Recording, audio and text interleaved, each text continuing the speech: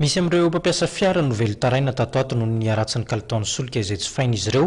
Voalazan'izy ireo tokoa mantsy fa mitapoka petrolina ny solika izay tsy faina amin'izao fotoana izao ary misy fiantraikany goavana amin'ny fiara izay ampiasainy. Tsy ny mpanjifa rehetra nefa no sendra io olana io. Ilaina eo amin'ny fiainana andavanandro ny solika. Misy ireo mampiasa fiara no mimenimena tato ato mikasika ny kalitaon'ny lasantsy sy ny gazoil izay voalaza fa manimba fiara ary mety ampidi-doza mihitsy. Oui, c'était marrant, on a station zay mandeha kely rano na misy rano sy mety station ambanimbany toerana c'est tout là ino problème mety davy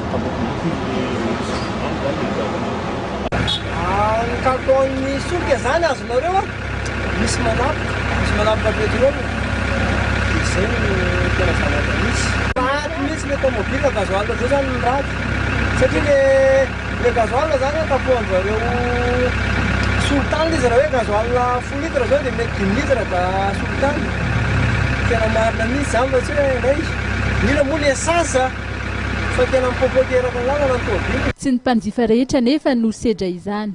Tsisy olona zao kalitaona en plus misy problème eo mandeha tamboho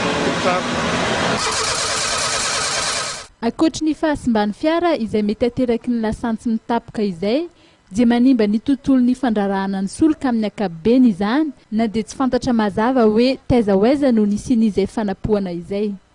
Raha ny hevitr'ireo mpandinika sasany dia noho ny fitadiavana tombony bebe kokoa no mahatonga izany osoka samihafa izany, noho ny elanelam-bidy misy eo amin'ny petrol sy ny gazoil na ny lasantsy. Ary satria koa samihafa ny tahan'ny aba sy ny tamberobidy izay miatra amin'ny petrol sy ny gazoil sy lasantsy, dia miena noho izay osoka izay ihany koa ny vola izay miditra ao anatin'ny kitapo-bolam-panjakana. Misy ihany koa ireo milaza fa ny solika izay afarana mihitsy no efa ratsy kalitao. Mila mafisina hatrany izany ny fanaraha-maso ny kalitaon'ny solika.